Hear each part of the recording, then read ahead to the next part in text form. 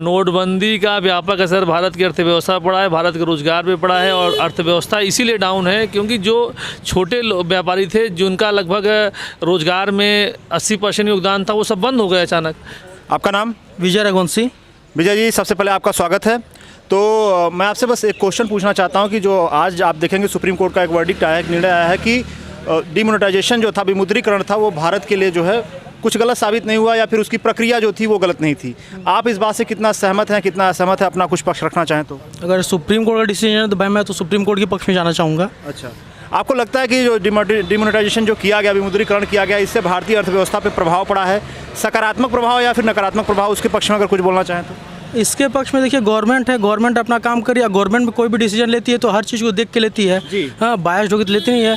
वो Indian economy के हिसाब से लेगी कि इंडियन इकोनॉमी को कैसे ग्रोथ किया जाए, किस हिसाब से कम किया। अगर उस हिसाब से गवर्नमेंट काम कर रही है तो भाई जाहिर सी बात मैं गवर्नमेंट के पक्ष में हूँ।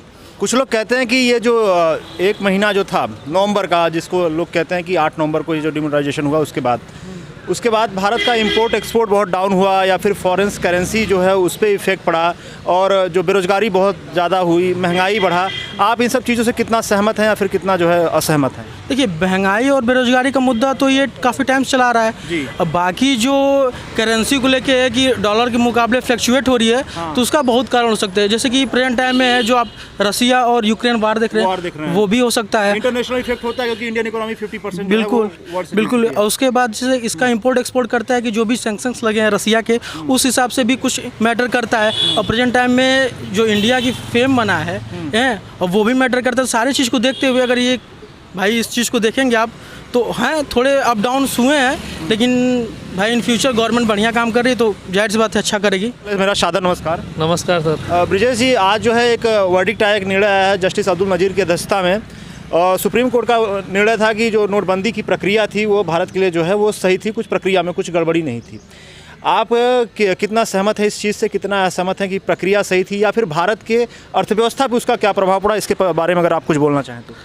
सुप्रीम कोर्ट का द्वारा जो फैसला आया हुआ है, अगर सुप्रीम कोर्ट के पीठ ने ये कहा है कि नोटबंदी की प्रक्रिया सही है तो ये बात तो भाई सुप्रीम कोर्ट का निर्णय है तो सबको मान्य है, मगर इसके द्वारा जो प्रभाव और देखे गए हैं उससे लगातार जो है नोटबंदी से भारत की अर्थव्यवस्था लगातार गिरती चली जा रही है। एक चीज़ आप देखेंगे कि नोटबंदी के पहले भारत का जीडीपी ग्रोथ रेट जो था 8 पॉइंट समथिंग था, उसके बाद से जो है जीडीपी ग्रोथ रेट निरंतर गिरता चला गया। कोरोना के पहले की मैं बात कर रहा हूँ। तो आपको लगता है कि जो जीडीपी ग्रोथ रेट घटा है 4 पॉइंट समथिंग तक चला गया है, इसका ये जीडीपी जो ग्रोथ रेट घटा है इस पर नोटबंदी का व्यापक असर था या फिर जीएसटी का व्यापक असर था? आप क्या कहेंगे? देखिए, पहले तो नोटबंदी आई, उसके बाद जीएसटी आया। नोटबंदी का व्यापक असर तो शुरू से ही दिखना शुरू हो गया था। क्योंकि नोटबंदी के तहत सरकार ने सिर्फ काले नोट, सरकार का ये कहना था कि काला धन सारा वापस आएगा और जो लोग और पैसे जमाखोरी करके तहत रखे थे वो लाके उन बड़े स्तर पे लोगों ने बैंक में जमा कर दिया, सारा पैसा वापस आ गया। तो काला धन तो कहीं था ही नहीं। इसका मतलब सरकार के द्वारा बहुत ही वाजिब पॉइंट आपने उठाया कि अगर सारा धन वापस आ जा रहा है तो काला धन कहाँ गया। अच्छा, एक चीज़ और था, आप देखेंगे कि इसके बाद क्या आपको लगता है कि नोटबंदी के बाद भारत के आयात निर्यात पे प्रभाव पड़ा या फिर फॉरेक्स रिजर्व पे प्रभाव पड़ा? इससे भारत की जो है अर्थव्यवस्था जो जिस स्पीड से भाग सकती थी उसमें अचानक एक ब्रेक लग गया।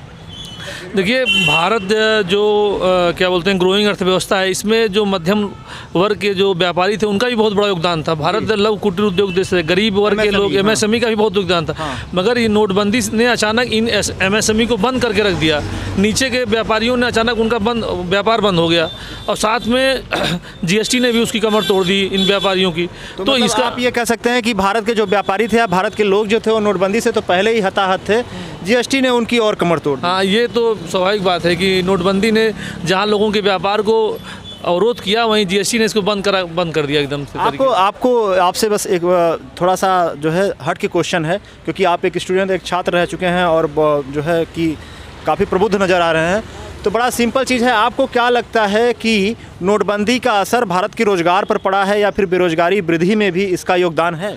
नोटबंदी का व्यापक असर भारत की अर्थव्यवस्था पर पड़ा है, भारत के रोजगार पे पड़ा है और अर्थव्यवस्था इसीलिए डाउन है क्योंकि जो छोटे व्यापारी थे जिनका लगभग रोजगार में 80% योगदान था वो सब बंद हो गए अचानक।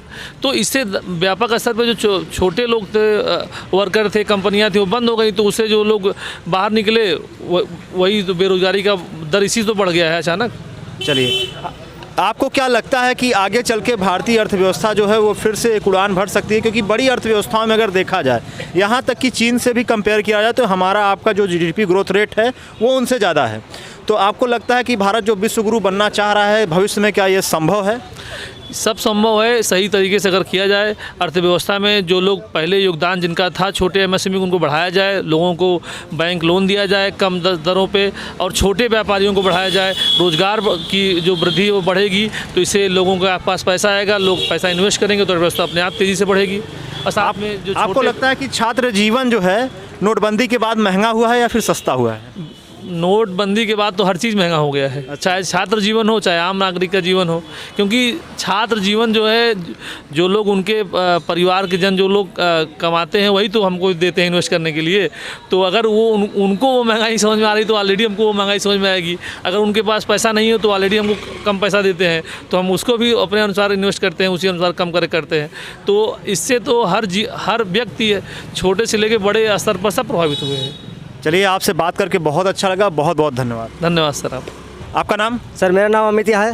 हाँ अमित जी, आपको सबसे पहले मेरा सादर नमस्कार। सर नमस्कार सर आपको भी। अमित जी, ये जो नोटबंदी हुआ है, नोटबंदी पे अभी आज जस्टिस अब्दुल नज़ीर की जो अध्यक्षता में एक निर्णय आया है कि नोटबंदी भारत के लिए जो है वो घातक नहीं था, फिर नोटबंदी की जो प्रक्रिया थी सरकार की वो एकदम सही थी। आप इससे कितना सहमत हैं, कितना असहमत है, आप कितना उचित समझते हैं इसको? सर मैं तो सोच रहा था कि नोटबंदी अच्छी है, लेकिन सर बाद में पता चला जब उसका, क्योंकि बहुत ज़्यादा बेरोजगारी पे असर पड़ने लगा। दरअसल क्या हुआ था, नोटबंदी तो उन्होंने किया था कि करप्शन को कम करने के लिए, कि वो जो लोग ब्लैक मनी रखे हैं मैं उसको अचानक से बंद कर दूंगा, तो लोग क्या होगा कि जो करप्ट नेता हैं और सब है तो चुनाव में खर्च नहीं कर पाएंगे पैसा। लेकिन क्या हुआ कि वो पैसा तो उन्होंने तो मतलब अपना पहले 1-2 मतलब 1-2 ईयर पहले ही वो लोग अपना प्लानिंग कर लिए थे। अच्छा। कि जो चुनाव में खर्च करना होगा, क्या करना होगा, क्या नहीं करना है, कितना पैसे है कि नोटबंदी में ट्रांसपेरेंसी नहीं रखा गया। हाँ जी, क्योंकि देखिए पारदर्शिता की बात ये होती है ना कि अगर आप नोटबंदी कर रहे हैं तो आप अपने लोगों को भी मत बताइए, अपने मंत्री लोगों को मत बताइए, अपने विधायक जो लोग मतलब जनसंपर्क में हैं आप उनको तो अलर्ट कर दिए। वो लोग, आप ये कहना चाह रहे हैं कि अपने लोगों को पक्ष में रखकर फिर नोटबंदी किया गया है? वो अपना ब्लैक मनी को व्हाइट मनी ऑलरेडी कर चुके। अच्छा। इसके बाद जो है ब्लैक अचानक से हुआ कि अब नोटबंदी हो गई।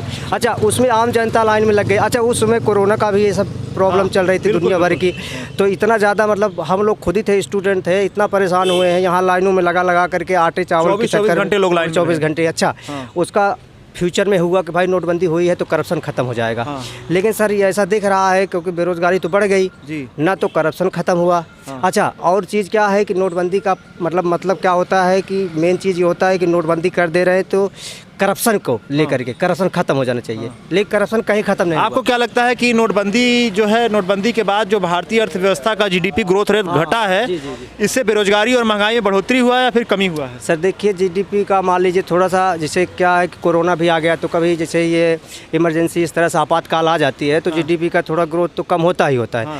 लेकिन उन्होंने नोटबंदी जो करके वो सोच रहे थे कि मैं इसको जो है और चीज़ें बढ़ा दूंगा, पीछे सपोर्ट कर दूंगा, काले धन को कम करके फिर लोगों को मतलब जैसे, और सब किसान को जो है मैं कुछ अलग से जैसे थोड़ा सा छूट दे करके चीज़ों को बढ़ावा कर दूंगा, छोटे छोटे उद्यमों को बढ़ावा कर दूंगा। लेकिन सर दिख रहा है कि जो छोटे छोटे व्यापारी थे और सब चीज़ थे, बल्कि उसी में लाके जीएसटी को भी इन्होंने ऐड कर दिया और सब चीज़ें, तो लोग बल्कि नोटबंदी के फ़ायदा की जगह जो है कई गुना घाटे में चले गए। तो आप कह रहे हैं कि नोटबंदी की मार तो लोग झेल ही रहे थे, उसके बाद जीएसटी ने लोगों की कमर तोड़ दी। जी जी जी बिल्कुल। चलिए अमित जी, आपसे बात करके बहुत अच्छा लगा, बहुत बहुत धन्यवाद सर। थैंक यू आपको भी। नाम? पुरुषोत्तम कुमार हुआ। पुरुषोत्तम जी, आपको सबसे पहले मेरा सादर नमस्कार। आज सुप्रीम कोर्ट का एक वर्डिक्ट आया है जस्टिस अब्दुल नज़ीर की अध्यक्षता में, तो वर्डिक्ट में जो है 4-1 से जो है सरकार के फैसले का समर्थन किया गया है कि विमुद्रीकरण कहीं से भी भारतीय अर्थव्यवस्था के लिए घातक साबित नहीं हुआ या फिर प्रक्रिया गलत नहीं थी। आपको क्या लगता है कि विमुद्रीकरण का भारतीय अर्थव्यवस्था पे क्या प्रभाव पड़ा, या फिर इस वर्डिक्ट से आप कितना सहमत है, कितना असहमत? ये बात जो है मुद्रीकरण का, तो ये मुद्रीकरण पहले कांग्रेस भी कर चुकी थी, जो कि कांग्रेस की थी, तो उसके बाद ये अर्थव्यवस्था पे थोड़ा इम्पैक्ट पड़ा था। वो जो वर्तमान में देखा जा सकता है तो ये इम्पैक्ट बहुत कम पड़ सकता है, अर्थव्यवस्था पर पड़ रहा है। इससे बहुत सा ये आतंकवाद को भी ट्रेड में भी मदद जो मिलता था, वो सो आतंकवाद के भी किसी हद तक, मतलब आप कह रहे हैं कि इससे आतंकवाद में भी कमी आई है? हाँ, कमी आई है। अच्छा, आपको क्या लगता है कि विमुद्रीकरण के बाद जो है भारत में बेरोजगारी बढ़ी है या घटी है, या फिर महंगाई का स्तर क्या उसका? ये तो मुद्रीकरण जब से हुआ है, जब से बेरोजगारी तो बढ़ी है, बहुत दर तक गई है, क्योंकि भारत में पॉपुलेशन के अनुसार से 2% जॉब, गवर्नमेंट जॉब दिया जा सकता है, जो कि जनसंख्या के अनुसार से 2.2 हो चुका है। तो गवर्नमेंट उतना सक्षम नहीं है कि दे सकती है। युवा को यही करना चाहिए कि खुद पढ़ लिख कर अच्छे से एक बिल्ड बिजनेस करना चाहिए। अच्छा, मतलब आप ये कह सकते हैं कि आत्मनिर्भर भारत की तरफ आगे बढ़ना चाहिए, अपने आप को जो है ऐसे डेवलप करें कि आगे चल के गवर्नमेंट जॉब की आवश्यकता ना पड़े। बिल्कुल बिल्कुल। अच्छा, आप क्या समझते हैं कि विमुद्रीकरण से जो है भारत के आयात निर्यात पे इफेक्ट पड़ा है, या फिर जो है भारत इससे विश्व की दूसरी अर्थव्यवस्थाओं के मुकाबले जो है बहुत पीछे गया है? आप इससे कितना सहमत हैं? मैं इससे सहमत हूँ कि जब से मुद्रीकरण हुआ है, भारत का अर्थव्यवस्था की जो बात है और इंटरनेशनल रिलेशन की बात है, तो इंटरनेशनल रिलेशन में भी भारत का एक अच्छा कदम है जी। और बात रही आपकी ये जो कि आयात और निर्यात की बात है और अर्थव्यवस्था की बात है, तो ग्लोबल पे इसका जीडीपी देखा जाए तो भारत 5वें स्थान पर कदम रख चुका है, जो कि ब्रिटेन को पीछे कर चुका है। बिल्कुल बिल्कुल। आपको क्या लगता है कि विमुद्रीकरण के पहले जो जीडीपी ग्रोथ रेट था, 8 नवंबर 2016 की बात मैं कर रहा हूँ, उसके ठीक पहले अगर आप देखेंगे GDP growth rate 8 point something था। उसके बाद की अगर बात की जाए तो धीरे धीरे जो है जीडीपी ग्रोथ रेट घटता गया। हालांकि कोविड काल में आप देखेंगे माइनस में भी गया, फिर एक बार फिर से उभार आया है और जो है विश्व में आपके जितनी भी बड़ी अर्थव्यवस्थाएं उनमें आपको चरम पर देखने को मिल रहा है। तो आपको क्या लगता है कि क्या विमुद्रीकरण का जो है इफेक्ट भारतीय अर्थव्यवस्था के ग्रोथ रेट पर पड़ा था कि नहीं पड़ा था? देखिए, आपने अच्छा सवाल पूछा है हमसे। ये जो बात आपने बोली कि ये भारत की अर्थव्यवस्था पे जो ये वैश्विक स्तर पे रख रही है, ठीक है, तो वैश्विक स्तर पे भारत कोविड में तो हर देश का जीडीपी नीचे गिर चुका था। बिल्कुल। यहाँ से अमेरिका हो गया या चीन हो गया या अन्यथा और कोई भी देश को देख ले, भारत जो है विश्वगुरु बनने की ओर जा रहा है।